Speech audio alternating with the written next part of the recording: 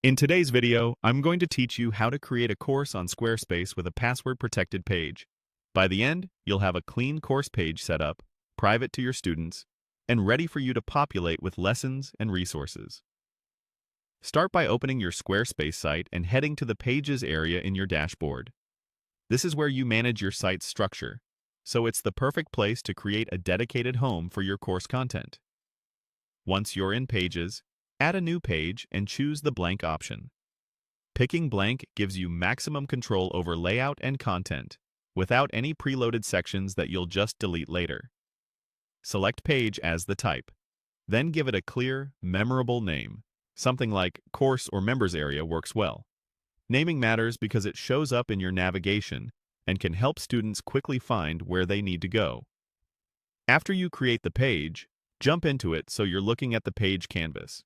You'll likely see a default heading, sometimes labeled Hello or similar. Click that heading just to confirm you're editing the right area. We're not designing the full course today. We're setting up access and structure first so you build on a solid foundation. Next, open the page settings from the Pages panel by selecting the settings icon for your new course page.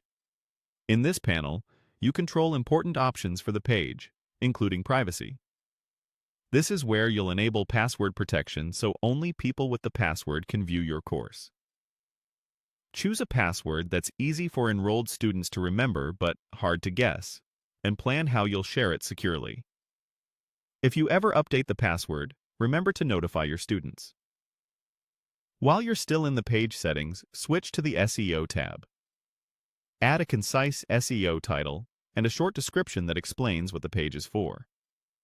Even if the page is protected, good SEO titles and descriptions help keep your site organized and consistent, and they look cleaner in your site's internal search and navigation.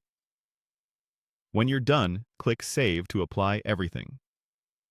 Finally, head back to the Pages list and click your new course page to preview it. If you want to double-check the lock, open it in a private window and make sure you're prompted for the password before content appears.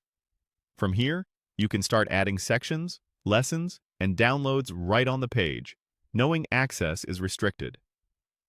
That's it. Your course page is created and protected. Keep building, keep it simple.